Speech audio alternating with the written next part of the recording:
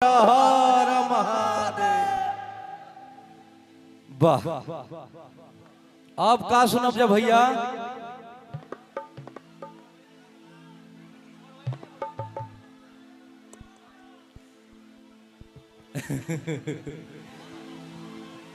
और एगो और देवी गीत सुनाई आए। आज देखिए बात यह है कि हम लोग अखिल भारतीय विद्यार्थी परिषद के मंच पे खड़े हैं और इस मंच की एक गरिमा और मर्यादा है। तो इस गरिमा और मर्यादा को ध्यान, अच्छा नीचे उतर जाइए। वो भाई कहता नहीं कि तो नीचे उतर के गा था। वाह, लव यू भैया, क्या बात है। हम सब सुना दे, हमरा भी आई रुआ कान में सुना दे सब है? एगो देवी गीत और सुनाई माई के भजन है? आदेश होई तबे त का सुनबा।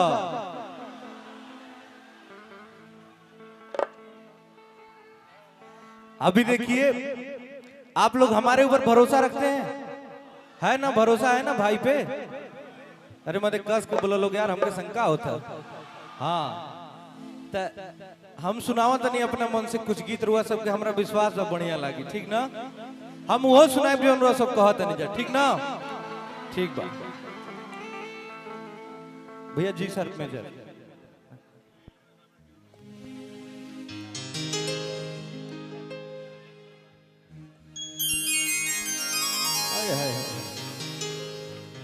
देखी एगो हमार मोबाइलिया देव अखिल भारतीय विद्यार्थी परिषद के कितना बढ़िया हमरा स्लोगन लागल है भैया। हम बताओ तनी जो लिखा है कि अपना बिहार प्यारा बिहार न्यारा बिहार, इस मिट्टी से खूब है प्यार, अपना बिहार प्यारा बिहार, जय जय बिहार। बहुत बहुत धन्यवाद एबीवीपी को, इतना अच्छा स्लोगन। और किसने ये बनाया है रंगोली, वाह, काबिले तारीफ है।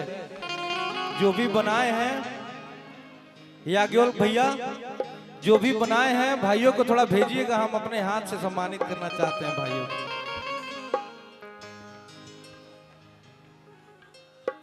हाँ हाँ हम बोल रहे हैं।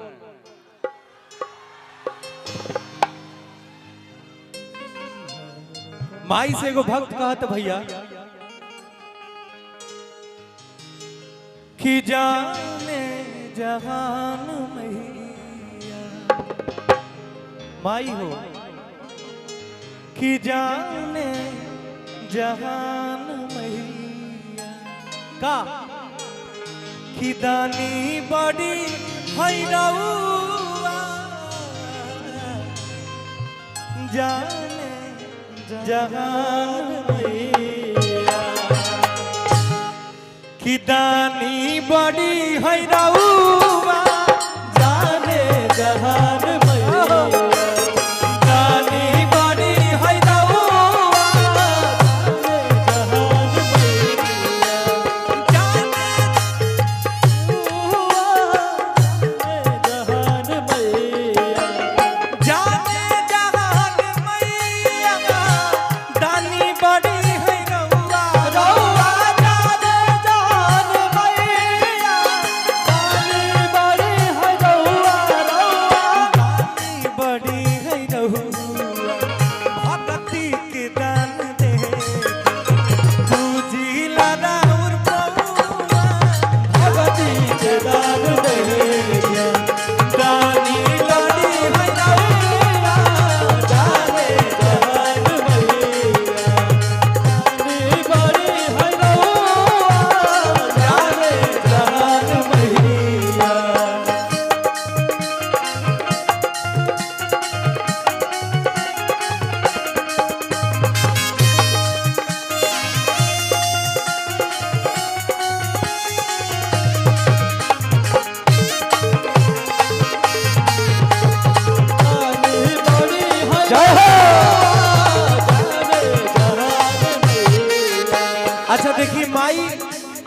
जवन घर में सबसे नालायक होई ना माई ओकरे के सबसे बेसी प्यार करेले। मानता नहीं कि ना आए कहे के बा पागले बेटा के माई यादे दुलारे देली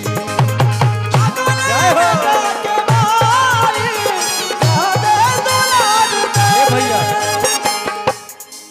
खाली बेटे के ना देली कि अपना बेटी के माई यादे दुलारे देली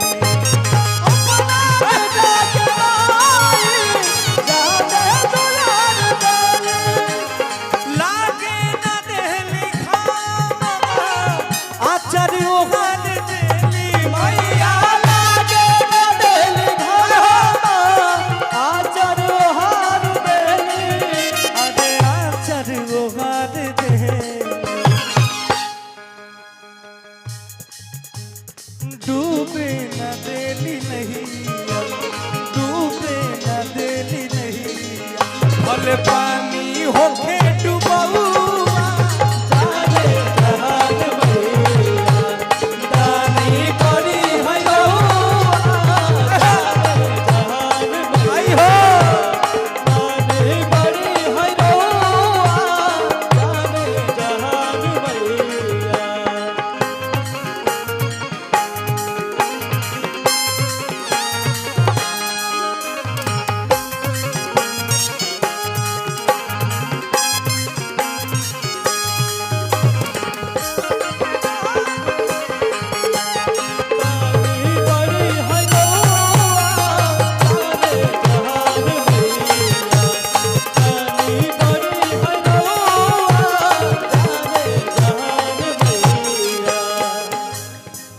अभी हम याज्ञवल्क भैया के पता हुई हम गए रही वैष्णो जी के दर्शन करे और हमार प्लानिंग रहे काल परसों यहाँ आवे के मतलब उत्तर प्रदेश या बिहार में, लेकिन याज्ञवल्क भैया का आदेश आया कि नहीं आपको आना है। हम कहें ठीक है भैया, हम माई के दर्शन करने के बाद गुलमर्ग जाने वाले थे घूमने के लिए, लेकिन भैया के आदेशानुसार हम वहीं से बीच में अपनी यात्रा रोक के आप सभी के बीच में आ गए हैं और माई के दर्शन करे कहीं नहीं। देखी जा असल में एगो फिल्म भ्रष्टा भैया थोड़ा सा एगो फिल्म के शूटिंग चलत रहे भ्रष्टाचार फिल्म के, जो में एक्शन के दौरान हमरा पैर में चोट लाग गई रहे तो ओकर सर्जरी भइल यहीं मेदांता हॉस्पिटल लखनऊ में और लगभग 7 महीना तक हम कंटिन्यू बेड रेस्ट पर रही और ओकरा बाद आप सबके आशीर्वाद प्यार के बदौलत आप सबके बीच में खड़ा बनी, थोड़ा सा ठीक बनी तब कहीं माई के दर्शन कर ली। ओजा तक पहुंच गई, ओजा से भैरव बाबा तक हमरा के चढ़ा दिलसन, हमरा संगे जौन कोई दर्शन करे अरे चढ़ जीबो भैया चढ़ जीबो नया ऑपरेशन के गोड़ रहे भैया। आप वैष्णो माई से भैरव बाबा तक पैदले चढ़ गई, 3 किलोमीटर के खाड़ा चढ़ाई एकदम, और उहे गोड़ अब ध ले बा ठीक ना। तो ऐसे तनी तना तो और हम झूम झूम के गई थी आ कहे के बा कि जेकरा लागे लगन हो मोरी मैया के चरण में, माई हो जेकरा लागे लगन हो मोरी मैया के चरण में, जेकरा लागे लगन हो मोरी मैया के चरण में,